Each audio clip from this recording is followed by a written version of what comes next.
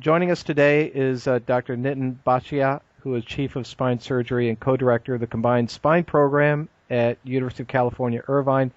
And he is a gentleman who just started using a robot in spine surgery. In fact, we saw a news release from March 25th saying that he and his colleague, Dr. Samuel Biederman, started using a robot in surgery.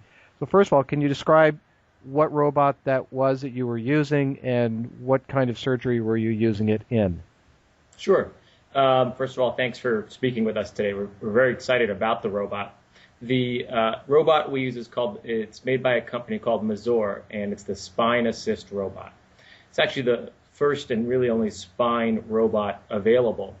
And the idea behind the robot is that it helps us plan our surgery before we actually do it. So we can plan the surgery the day before using the computer navigation system, input that data into the robot, and then the robot performs those steps of the surgery that we train it to do. The Spine Assist robot is very useful for placing instrumentation, pedicle screws, and hardware into the spine, especially the thoracic and lumbar spine, or the mid-back and the low back. In the first surgery we did, we performed a revision spinal surgery on somebody who had already had 3 other surgeries elsewhere, and then was sent to us because she had what some people call failed back syndrome. She still had pain, her fusion hadn't healed, a couple of the screws were in the wrong place. So not only do we have to fix all of that, but then there's the challenge of the scar, the previous fusion, the bone that's formed, and it's hard to tell where to put the new screws and where to do the new surgery because the anatomy is completely distorted. Well, with the robot and a preoperative CT scan that we obtain and then log into the robot finds those locations for us just with taking 2 x-rays at the very beginning of the surgery. So we don't have to take x-rays or what we call fluoroscopic images throughout the surgery. Saves on radiation, saves on time, and the accuracy has been phenomenal. Now, there have been other robots that have been brought into surgery, certainly the Da Vinci system, there's Stealth Station, we all know about those.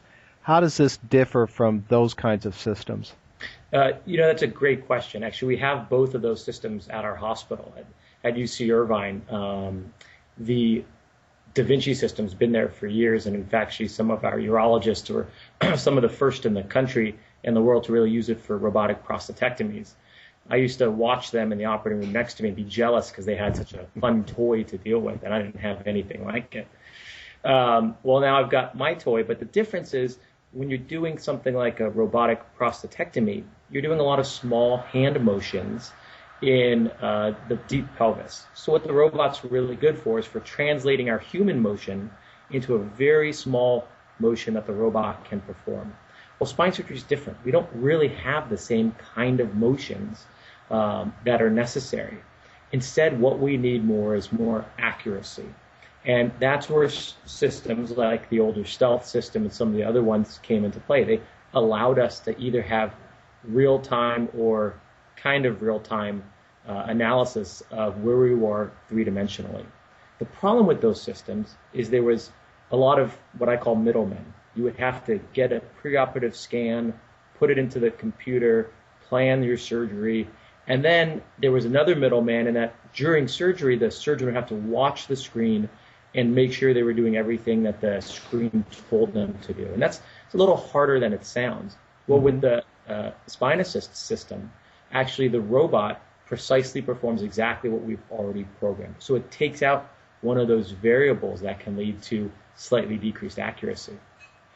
So in terms of patient selection, are there certain patients that lend themselves better to a robot like this versus other patients? We've done it now on literally dozens of cases, and everything from the most complex revision, thoracolumbar scoliosis, and kyphosis cases. These are cases that have been done elsewhere and then sent to us to be revised, to the most simple one-level lumbar, minimally invasive fusion. And we've actually found it useful for those cases and everything in between.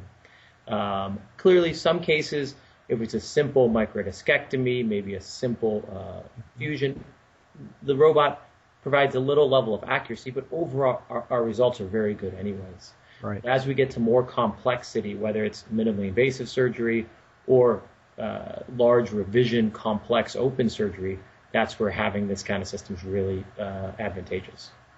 Well, I've talked to other surgeons about the Mazor robot as well, and they talk about it in terms of really reducing the error rates, reducing time in surgery. All of them are all of those are very laudable goals. So I appreciate very much your taking a few minutes to talk to us about it. And I would normally say, if this were someone from a company, how can people reach you? But since you actually have a practice and you've got to, treat patients, I won't overburden you with folks calling you. But I think if anyone wants more information, they can certainly go to the Mazor website, Mazor, and it's Spine Assist. And I'll close with one observation. I just saw another news release. Apparently, Mazor got the CE mark in Europe for using the Spine Assist for brain surgery, which is very interesting. That's fantastic. Yeah, well, so thank you again. It's great to meet you, and have a great rest of the day. Great. Thanks for your time, Robin. Take care. You bet. Take good care. Bye.